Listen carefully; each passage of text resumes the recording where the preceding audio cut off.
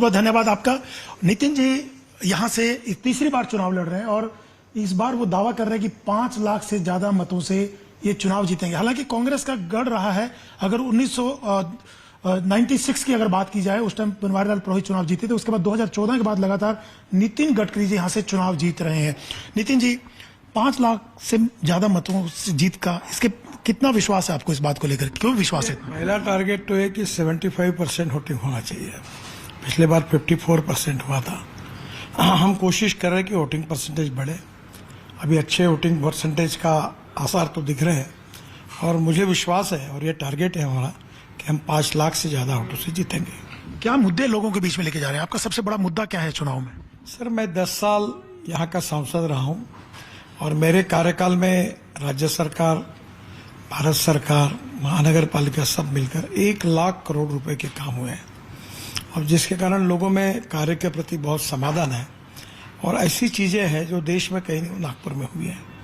तो निश्चित रूप से जनता का मेरे साथ प्रेम भी है, विश्वास भी है और समर्थन भी है। आपके जो विरोधी हैं विकास ठाकरे वर्सेस नितिन गडकरी, कहाँ देखते हैं विकास ठाकरे को आप अपने सामने? मैं कहीं नहीं देखता। हर आदमी को चुनाव लड़ने का अधिकार है और जब वो चुनाव लड़ने के बारे में मुझे उन्होंने फोन करके कहा, मैंने उनको शुभकामनाएं दी।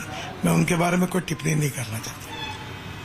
लेकिन जनरली देखा जाता है कि कोई भी पॉलिटिकल पार्टी हो, सामने जो उम्मीदवार होता है विरोधी पक्ष का, उसको टारगेट किया जाता है। लेकिन आप अपने विरोधी को टारगेट करने के बजाय अपने कामों को लेकर जनता के बीच में जाते हैं। कहीं भी रैलीज में, रोड शो में आप कांग्रेस के उम्मीदवार को, विकास ठाकरे को कहीं भी टारगेट करते हुए दिखाई नहीं देते। क्या कारण है इसके पीछे? नहीं, मैंने जो 10 साल में काम किया है वो मेरे को वोट मिलाने के लिए बहुत ज्यादा है। मैं बहुत बार एक अच्छी बात बताता हूँ, 2 रेशा है, एक आपकी और दूसरे की। अपनी बड़ी करो, दूसरे की पूछने में क्यों समय खराब करते हो? अपनी रेशा बड़ी करना, ये बड़ा करने का अच्छा मार्ग है। नितिन जी एक सवाल ये भी है कि 10 साल आपने काम किया, आपने कहा, तो आपको लगता है कोई ऐसा काम बचा है जो आप नागपुर में और करना चाहते हो? कुछ बहुत कुछ बचा है और कुछ करना चाहता हूँ और मैं तो कहता हूँ कि जो काम हुआ वो ट्रेलर था, असली फिल्म तो शुरू होना बाकी है। अभी और इसमें मैं जीत के आऊंगा और अच्छा और काम करूंगा। पिछले चुनाव और इस चुनाव में 2019, 14 भी था, फिर 19 था और इस बार का चुनाव, क्या फर्क लगता है आपको पिछले चुनाव और इस चुनाव में? पिछले बार चुनाव में मैं कामों की घोषणा, कामों की बातें करता था। इस बार चुनाव में पूरे हुए काम लोग देख रहे, ये इसका फर्क है और इसलिए लोगों को पिछली तुलना में ज्यादा समाधान है। पिछले समय में बातचीत में था, अब प्रत्यक्ष रूप से हुआ है, इसलिए लोगों का समर्थन और ज्यादा मिलेगा। ये कांग्रेस का गढ़ माना जाता था। 1952 की अगर बात, 12 बार कांग्रेस यहां से जीती है लोकसभा का चुनाव।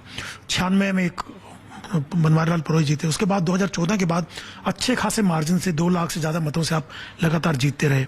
तो नितिन जी क्या वजह लगती है कि, और संघ मुख्यालय भी यहाँ रहा, बीजेपी अपना यहाँ आधार नहीं बना पाई उतने सालों में, 14 के बाद से जो लगातार आप जीते, और विधानसभा की अगर बात की जाए 6 सीटों में से 4 बीजेपी के पास है, तो ये कारण क्या है कि इतने सालों में बीजेपी का जो आधार नहीं बना, 2014 के बाद ये मजबूती आई?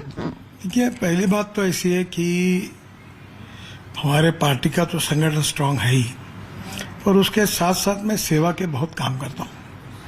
मैंने 40 से 45 हजार हार्ट के ऑपरेशन करके दिए हैं।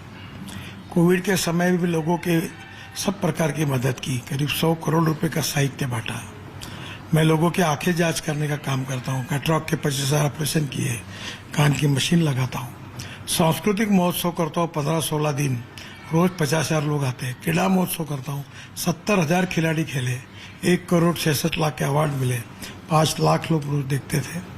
तो मैं नागपुर के सर्वांगीण उन्नति और विकास के लिए काम करता हूँ। अभी एडवांटेज विदर्भ लिया, यहाँ उद्योग कैसे आए, यहाँ रोजगार कैसे निर्माण हो। हमने मिहान प्रकल्प शुरू किया, उसमें 68,000 लोगों को रोजगार मिला है और इस साल दिसंबर तक हम 1 लाख रोजगार पूरा करेंगे, ये मेरा विश्वास है।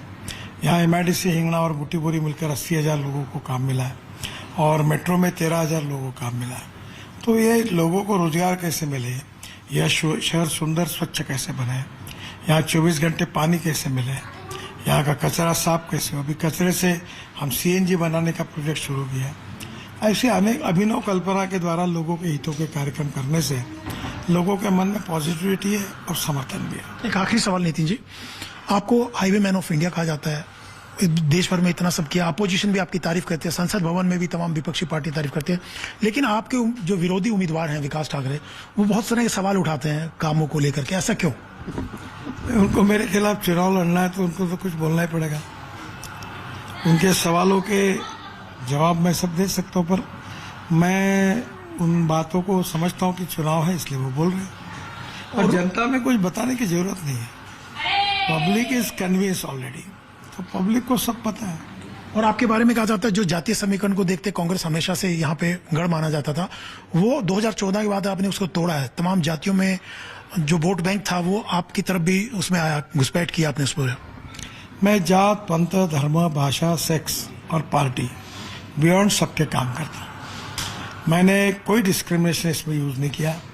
मोदी जी जैसे कहते कि सबका साथ, सबका विकास, सबका प्रयास, इसी तत्व को लेकर मैंने काम किया है, और जिस कारण मुझे पार्टी के बाहर सभी जात, पंथ, धर्म, भाषा के लोगों का समर्थन है, क्योंकि मैंने काम में कभी भेदभाव नहीं किया।